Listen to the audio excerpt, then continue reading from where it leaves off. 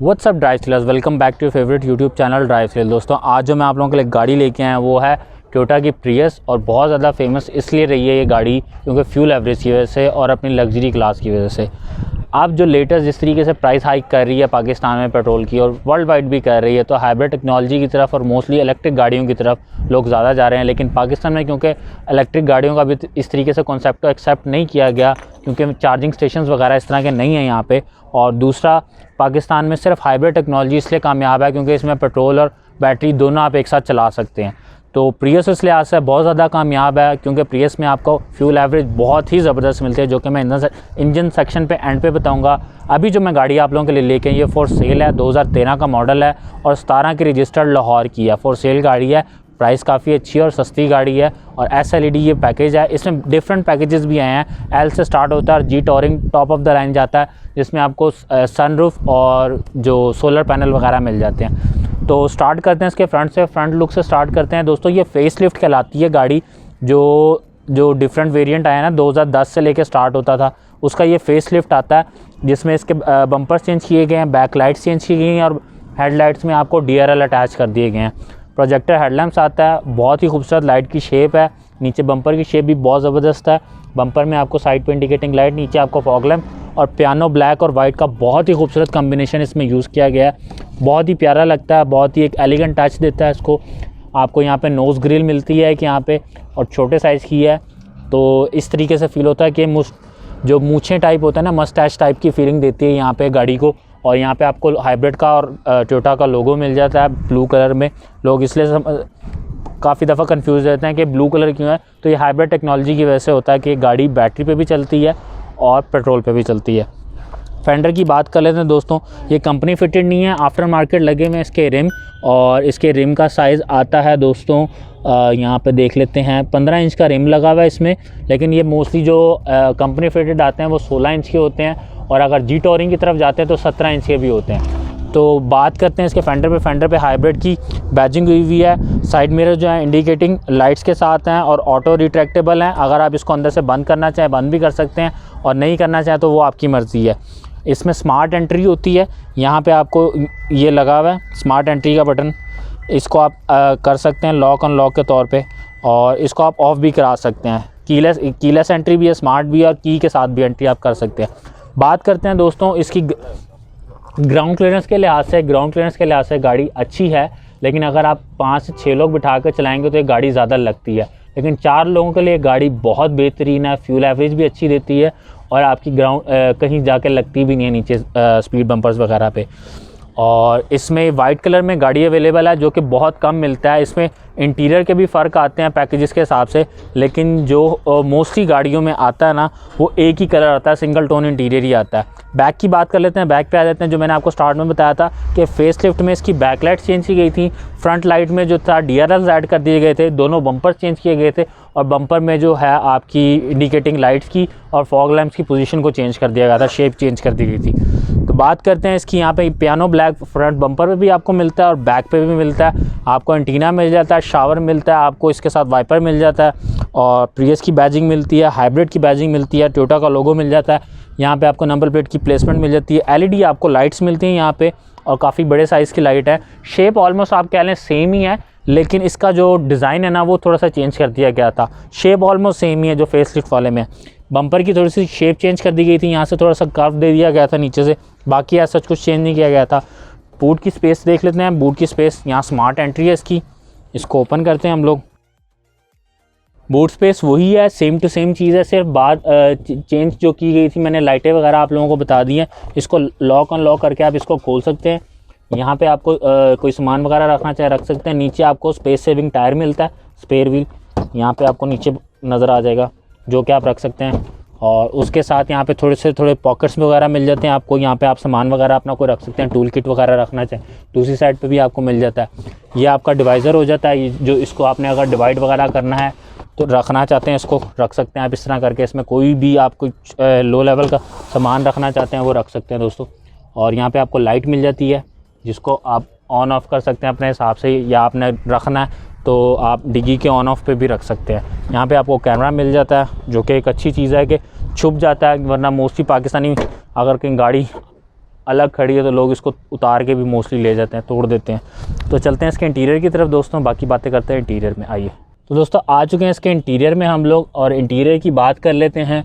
और इंटीरियर में आके जो शेप चेंज हुई थी फेसलिफ्ट के बाद, उस इंटीरियर ऑलमोस्ट ही सेम था, सिर्फ इंटीरियर के कलर का डिफरेंस आ जाता है। इसमें बेज इंटीरियर बहुत ज़्यादा फेमस है, लेकिन उसकी प्राइस थोड़ी सी ज़रा ज़्यादा होती है। बाकी एक हल्का हल्का सा ग्रे का भी टच आता है, डिफरेंट टाइप के इंटीरियर्स इसमें आते हैं। क्वालिटी जो है वो काफ़ी अच्छी है as compared to different plastic, लेकिन ये है कि आपको थोड़ा सा ज़रा बल्जी और हैवी लुक देती है गाड़ी जब आप इसको चलाते हैं। डी शेप इसका आप कह लें वो है स्टीयरिंग व्हील, और 4 स्पोक है, और 2 टोन आपके लाता है। और इसमें मल्टीमीडिया के कंट्रोल्स मिल जाते हैं आपको। विंडोज़ साइड मिरर्स के कंट्रोल यहाँ पे आपको ये देख सकते हैं। इसको आप अगर आपने अपनी लॉक एंड लॉक के साथ करना है इसको ऑटो, तो वो इसको यहाँ से कर सकते हैं। म्यूज़िक ऑफ का बटन है, जब गाड़ी स्टार्ट होती है तो एक जापानीज़ अपनी आवाज़ में आपको खुशामदीद कहती है, वो इस चीज़ को बंद करने के लिए होता है, मोस्टली लोगों को पता नहीं होता। अच्छा, इसमें आपके बीम का लिए होता है, या फॉग लैंप्स के लिए आपकी लाइट वगैरह को आपने एडजस्ट करना होता है कि किस हिसाब से, उसके लिए बटन लगाया गया। नीचे आपको ये वो चीज़ है जो आपको आवाज़ देती है, जापानी जुपूनी, जो जापानीज़ में आपको स्वागत करती है कि आप आओ और सीट बेल्ट बांध लो वाले चक्कर को, तो ये यहाँ लगी हुई है। यहाँ पे आपका हुड की ओपनिंग का होता है, और जो इसका पावर ऑन ऑफ का यानी कि इंजन स्टार्ट का बटन है वो यहाँ साइड पे दिया गया है, और बड़ा ढूंढना पड़ता है, मोस्टली आपको यहाँ पे मिलता है, लेकिन इसका यहाँ पे है। की इसकी देख लें, स्मार्ट की है, अच्छी की है, छोटी सी बिल्कुल कॉम्पैक्ट सी, लॉक अनलॉक के बटन के साथ। जो एक चीज़ अट्रैक्ट लोगों को करती थी वो इसका गेयर का स्टाइल था, गेयर का साइज़ था। और जो इससे पिछला वेरिएंट था ना इसमें, सॉरी मॉडल जो था, वो यहाँ पे करके आता था और बहुत छोटे साइज़ का होता था, और वो बिल्कुल फ्लैट था, बिल्कुल ये चीज़ उसमें नहीं आती थी, ख़त्म थी। अच्छा, इसमें आपको 3 मोड मिलते हैं, ईवी, इको और पावर मोड मिलता है। पावर मोड में गाड़ी फुल टू फुल आपकी इंजन की यूटिलाइजेशन करती है और आपकी मोटर की यूटिलाइजेशन करती है। ईवी मोड में जब गाड़ी फुल चार्ज हो जाती है तो आप वो ईवी मोड में कन्वर्ट होती है और आप उसको चला सकते हैं। इको मोड में होता है कि थोड़े टाइम के लिए ना वो कन्वर्ट होती रहती है, कभी पेट्रोल पे, कभी बैटरी पे, कभी पेट्रोल पे, कभी बैटरी पे, तो उसे अपने हिसाब से ना टेक्नोलॉजी को एडजस्ट करती है। जो इसके एसी के वेंट्स हैं वो भी बड़े ज़बरदस्त हैं, 2 सेंटर के, बिल्कुल जिस तरीके से फील देते हैं कि पूरे चल रहे हैं, लेकिन पूरी साइड पे नहीं चलते, सेंटर में ही रहते हैं। ये वही टेस्ला वाली टेक्नोलॉजी आपको फील होती है कि जैसे टेस्ला में आते हैं सेंटर में, 2 साइड के होते हैं, बिल्कुल स्क्वायर शेप में नीचे आ जाते हैं। और यहाँ पे आपको पैसेंजर की अगर आपको सीट बेल्ट नहीं बांधी तो उसकी इंडिकेटिंग यहाँ पे मिलती है, वरना मोस्ट केसेस में जो इंडिकेटिंग लाइट मिलती है वो आपकी ड्राइवर के साथ ही मिलती है, जो कि गलत होता है, पैसेंजर को अलग मिलनी चाहिए। तो यहाँ पे आपको ग्लव बॉक्स मिल जाता है। और सेंटर कंसोल की बात कर लेते हैं हम लोग, एसी के कंट्रोल मिल जाते हैं आपको, ऑटो क्लाइमेट कंट्रोल के साथ मिलता है, ऑटो इलेक्ट्रॉनिक पार्किंग मिलती है आपको, यहाँ थोड़ी सी स्पेस मिल जाती है, यहाँ पे कप होल्डर मिल जाता है, यहाँ पे आपको दोस्तों थोड़ी सी स्पेस मिल जाती है। और बात करते हैं इसके सेंटर की, इसमें लोग तो मोस्टली आजकल एंड्रॉयड फिट करा रहे हैं। ये जो पुरानी मॉडल्स हैं उसमें तो खैर सिंपल LCDs ही आती थी जिसको आप यूज़ करते थे, ब्लूटूथ वगैरह इस्तेमाल करते थे। अब इसकी बात कर लेते हैं थोड़ा स्टार्ट करके कि ये क्या देती है। इसके इंस्ट्रूमेंट क्लस्टर वगैरह की बात कर लेते हैं।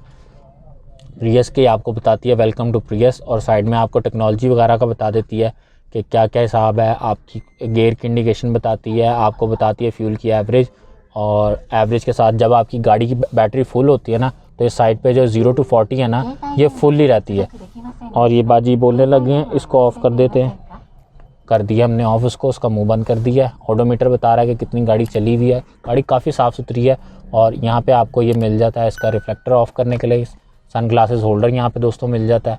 और यहाँ पे आपको रीडिंग लाइट मिल जाती है दोनों की। यहाँ पे सन वाइजर्स में आपको मिल जाते हैं vanity mirror with auto light, और एयरबैग का मैंने आप लोगों को बता दिया।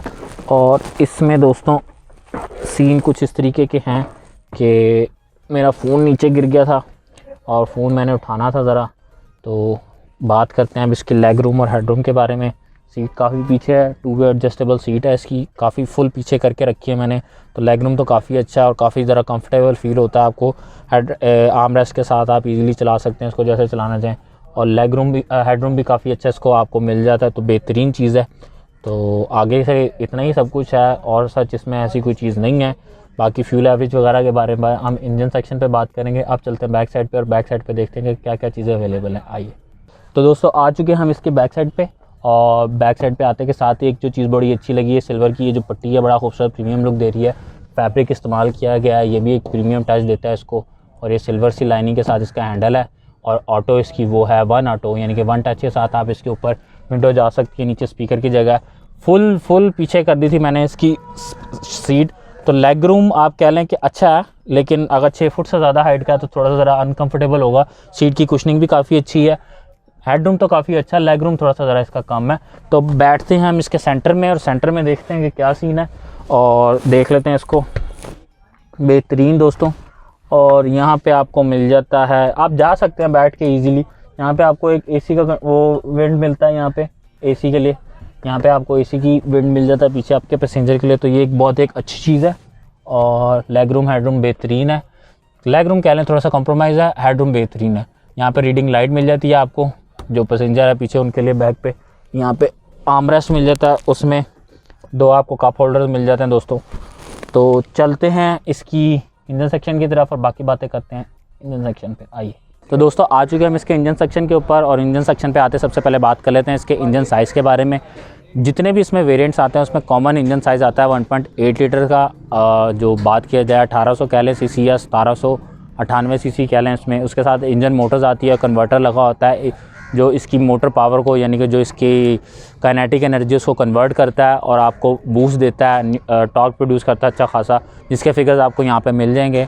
क्या ये टॉर्क प्रोड्यूस करता है, क्या इसकी हॉर्स पावर प्रोड्यूस करता है।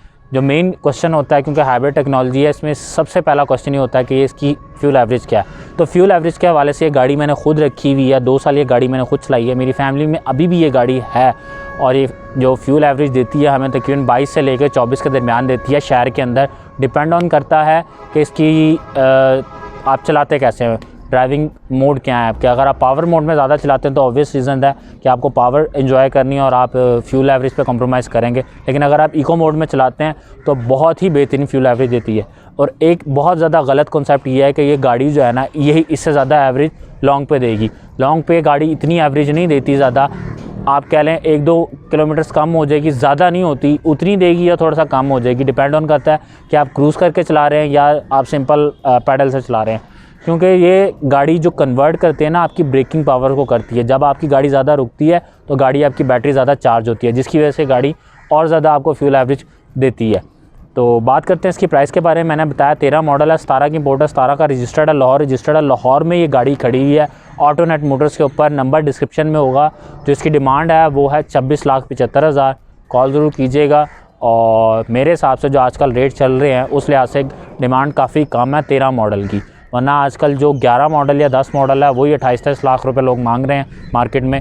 तो देख लीजिएगा, अगर आपको पसंद आए, वाइट कलर में गाड़ी अवेलेबल है तो कॉल ज़रूर कीजिएगा। उम्मीद करते हैं दोस्तों आप लोगों को ये वीडियो भी पसंद आई होगी। अपना बहुत ज़्यादा ख्याल रखिएगा, हमें सपोर्ट ज़रूर कीजिएगा।